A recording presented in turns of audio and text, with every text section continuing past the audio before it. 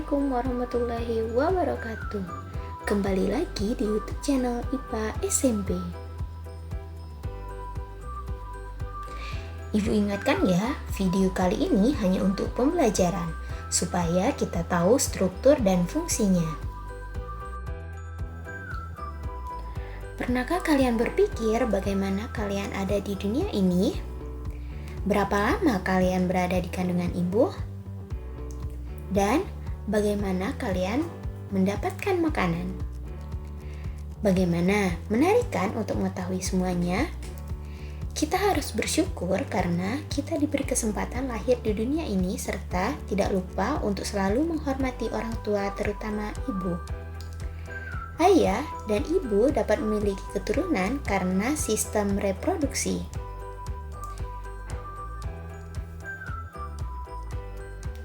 Nah, sistem reproduksi pada manusia ada dua. Yang pertama yaitu organ reproduksi pada laki-laki dan yang kedua yaitu organ reproduksi pada perempuan. Namun, pada video pembelajaran ini kita hanya akan membahas organ reproduksi pada laki-laki. Nah, sebelum kita lebih jauh, kita kenali dulu apa itu reproduksi. Reproduksi itu berasal dari dua kata, di mana re itu kembali dan produksi itu memproduksi. Jadi, reproduksi itu memproduksi kembali keturunan. Reproduksi adalah salah satu dari ciri-ciri makhluk hidup. Reproduksi adalah proses di mana organisme memperbanyak diri yang bertujuan untuk mempertahankan kelangsungan hidup spesiesnya. Jadi, reproduksi bukan hanya menghasilkan keturunan ya.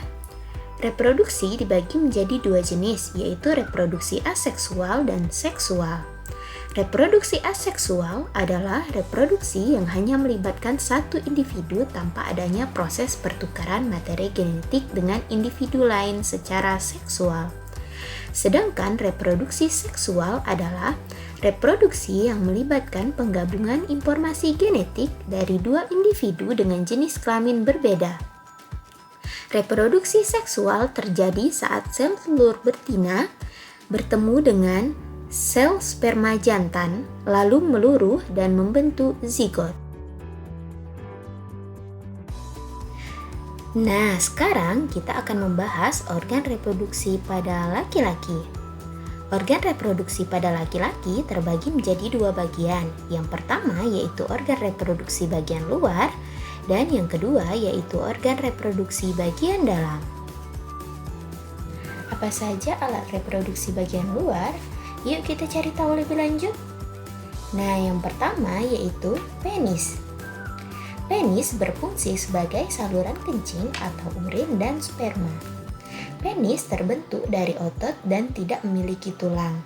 Pada ujung penis terdapat struktur seperti lipatan kulit yang disebut kulup.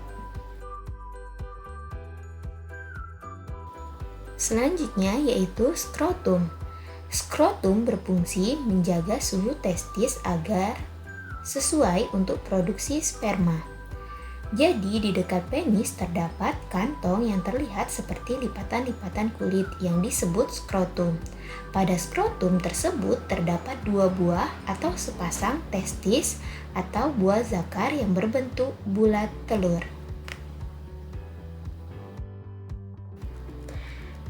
Nah, selanjutnya alat reproduksi bagian dalam. Pada alat reproduksi bagian dalam ini terdapat testis yang memproduksi sel sperma dan hormon testosteron. Tahukah kamu apa itu sperma dan hormon testosteron? Sperma berfungsi untuk membuahi sel telur yang menghasilkan gamet dan berkembang menjadi janin. Sperma merupakan sel tunggal yang mempunyai ekor dan kepala.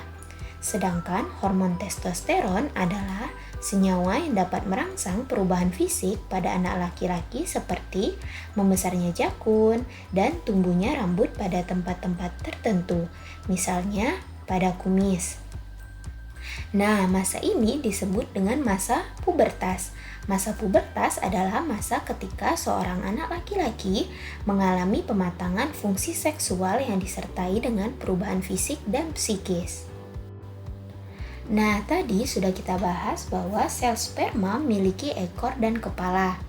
Adapun fungsinya adalah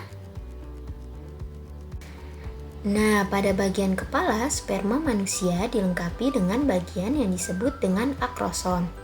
Dengan adanya akrosom ini dapat menyebabkan kepala sperma berbentuk runcing. Sedangkan fungsi ekor adalah untuk alat penggerak sperma sehingga dapat mencapai sel telur.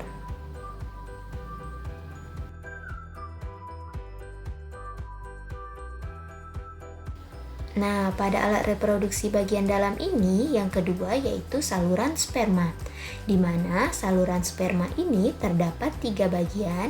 Yang pertama yaitu epididymis, merupakan saluran yang keluar dari testis.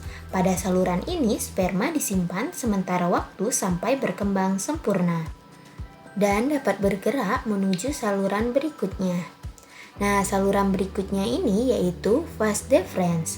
Vas deferens merupakan saluran yang menghubungkan epididymis dan uretra sebagai fungsi saluran sperma menuju uretra.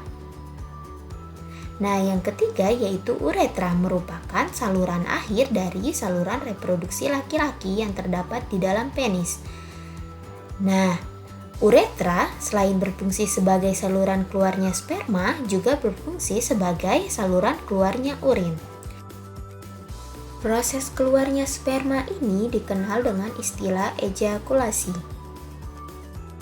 Alat reproduksi bagian dalam yang ketiga yaitu kelenjar reproduksi, di mana kelenjar reproduksi berfungsi untuk memproduksi getah atau cairan yang nantinya bercampur dengan sel sperma menjadi cairan mani atau semen. Nah, pada kelenjar reproduksi ini terbagi menjadi 3 bagian. Yang pertama yaitu vesicula seminalis, di mana vesicula seminalis berfungsi untuk menghasilkan zat-zat yang diperlukan untuk berkembangnya sperma. Vesicula seminalis merupakan struktur yang berbentuk seperti kantong kusut kecil yang terletak di belakang dari kantong kemih. Nah, kelenjar ini menghasilkan cairan yang bersifat basah. Zat basah tadi akan bercampur dengan sperma sehingga bisa melindungi urin yang bersifat asam. Selanjutnya yaitu kelenjar prostat, di mana kelenjar prostat berfungsi untuk menghasilkan cairan-cairan keputih-putihan sedikit asam dan mengandung beberapa zat, yaitu yang pertama asam sitrat yang digunakan untuk menghasilkan energi. Yang kedua, beberapa enzim yaitu pepsinogen, lisozim, dan amilase. Dan yang ketiga yaitu seminal plasmin yang berfungsi sebagai antibiotik untuk membunuh bakteri dalam saluran reproduksi. Yang ketiga yaitu kelenjar Cowper, di mana kelenjar Cowper menghasilkan lendir dan cairan yang bersifat basah. Cairan ini berfungsi untuk melindungi sperma dengan cara menetralkan urin yang memiliki pH asam yang tersisa dalam uretra serta melapisi uretra, sehingga mengurangi sperma yang rusak selama ejakulasi. Nah, sperma yang dihasilkan testis akan bercampur dengan getah-getah yang dihasilkan oleh kelenjar-kelenjar reproduksi, sehingga terbentuk suatu suspensi atau campuran antara zat cair dan zat padat yang disebut semen atau cairan mani. Semen inilah yang dikeluarkan melalui uretra. Pada umumnya, volume semen yang dikeluarkan sebesar 2,5 sampai 5 ml. Dalam tiap 1 ml semen terkandung 50 sampai 150 juta sel sperma. Dari jutaan sel sperma tersebut, hanya 1 sel sperma yang akan berhasil membuahi sel telur. Nah, di sini ada gambar organ reproduksi pada laki-laki yang lebih jelasnya. Ibu jelaskan, jadi sperma pertama kali diproduksi oleh testis, kemudian dikirim ke epididymis untuk disimpan sementara waktu sampai berkembang sempurna. Nah, ketika sudah siap keluar, maka sperma akan melewati vas deferens. Tapi sebelum masuk ke uretra, dia ditambahkan cairan dulu ke vesicula seminalis. Lalu, kemudian lanjut dan ditambahkan lagi cairan oleh kelenjar prostat.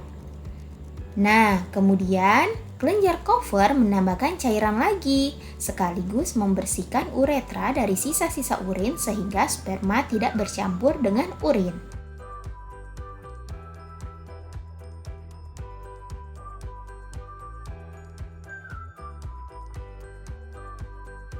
Baiklah anak-anak, itu adalah penjelasan dari materi sistem reproduksi pada manusia, di mana kita mempelajari tentang organ reproduksi pada laki-laki. Nah, berikut ini ada latihan yang bisa kalian kerjakan di rumah, di mana cara pengisiannya misalnya yang A itu apa, jadi yang B itu apa. Nah, cara pengisiannya tinggal kalian isikan kolom-kolom itu. Nah, buat yang mau bertanya boleh di kolom komentar ya.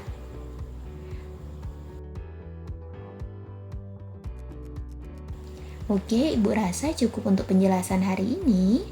Sampai jumpa lagi di video berikutnya. Terima kasih. Wassalamualaikum warahmatullahi wabarakatuh.